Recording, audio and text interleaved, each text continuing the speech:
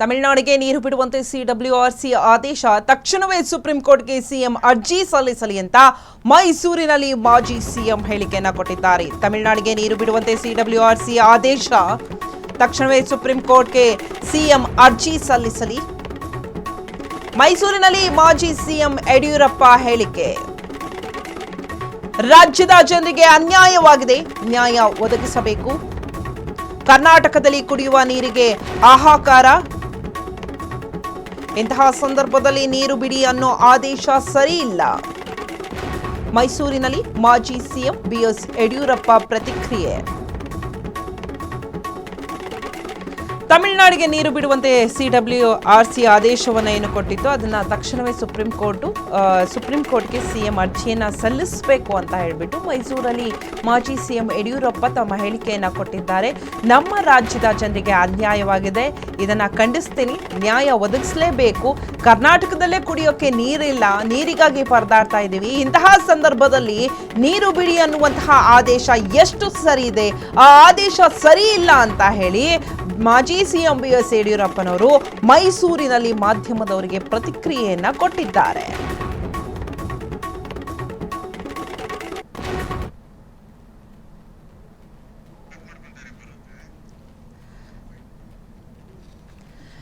ಒಂದು ಕಡೆ ಸಿಡಬ್ಲ್ಯೂಆರ್ಸಿ ಆದೇಶವನ್ನ ತಿರಸ್ಕರಿಸಿ ಆಕ್ರೋಶವನ್ನು ವ್ಯಕ್ತಪಡಿಸಿ ಎಲ್ಲಾ ಕಡೆಗಳಲ್ಲೂ ಕೂಡ ರೈತರು, ಕನ್ನಡ ಪರ ಹೋರಾಟಗಾರರು ಎಲ್ಲರೂ ಪ್ರೊಟೆಸ್ಟ್ ಅನ್ನ ಮಾಡ್ತಾ ಇದ್ದಾರೆ. ಅದರಲ್ಲೂ ಕೂಡ ಇವತ್ತು ಮಂಡ್ಯ ಭಾಗದಲ್ಲಿ ಪ್ರೊಟೆಸ್ಟ್ ಜೋರಾಗಿದೆ. ಕನ್ನಡ ಪರ ಹೋರಾಟಗಾರರು, ರೈತರು ಎಲ್ಲರೂ ಕೂಡ ಪ್ರೊಟೆಸ್ಟ್ ಮಾಡ್ತಾ ಇದ್ದಾರೆ.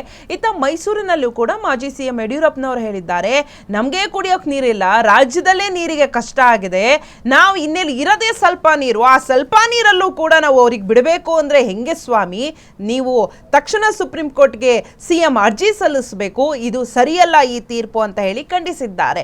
ಎಲ್ಲಾ ಕಡೆನೂ ಕೂಡ ಆಕ್ರೋಶವನ್ನು ವ್ಯಕ್ತಪಡಿಸಿದ್ದಾರೆ ರಾಜ್ಯದಲ್ಲಿ. ಹಾಗೇನೆ ಕೆಲ ಮಂತ್ರಿಗಳು ಸಹ ಇದರ ವಿರುದ್ಧ ಆಕ್ರೋಶವನ್ನು ವ್ಯಕ್ತಪಡಿಸಿದ್ದಾರೆ. ಈಗ ಮಾಜಿ ಸಿಎಂ ಕೂಡ ಮೈಸೂರಲ್ಲಿ ಹೇಳಿಕೆಯನ್ನ ಕೊಟ್ಟಿದ್ದಾರೆ. ನಮಗೆ ನೀರಿಲ್ಲ, ಮಳೆನೇ ಇಲ್ಲ, ಎಲ್ಲೋ ಮಳೆ ಬರ್ತಾ ಇದೆ, ಬರದ ಪರಿಸ್ಥಿತಿ ಎದುರಾಗುವಂತಹ ಸ್ಥಿತಿ ನಮ್ಮಲ್ಲಿದೆ, ನಮ್ಮ ರಾಜ್ಯದಲ್ಲಿದೆ. ನೀರಿನ ಪ್ರಮಾಣ ಕಡಿಮೆ ಇದೆ, ನೀರೇ ಅಲ್ಪ ಸ್ವಲ್ಪ ಇರೋದು ಅಂತ, ಇಷ್ಟಿದ್ರೂ ನೀರು ಇಷ್ಟೇ ಇರೋದು, ಇದರಲ್ಲಿ ನಾವು ಎಷ್ಟು ಬಿಡಬೇಕು, ಇದು ಈ ಆದೇಶ ಸರಿನಾ, ಈ ಆದೇಶ ಸರಿ ಇಲ್ಲ ಅಂತ ಹೇಳಿ ಖಂಡಿಸಿ ಮೈಸೂರಲ್ಲಿ ಪ್ರತಿಕ್ರಿಯೆಯನ್ನ ಕೊಟ್ಟಿದ್ದಾರೆ.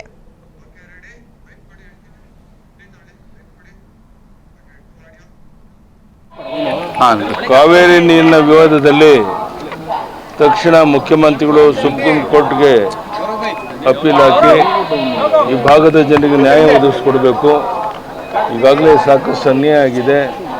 ಜನ ಇವತ್ತು ಕುಡಿಯೋ ನೀರಿನ ಹಾಹಾಕಾರ ಇರುವಂಥ ಸಂದರ್ಭದಲ್ಲಿ ಈ ರೀತಿ ನೀರು ಬಿಡಿ ಅಂತ ಹೇಳುವಂಥದ್ದು ಅಕ್ಷಮ್ಯ ಅಪರಾಧ.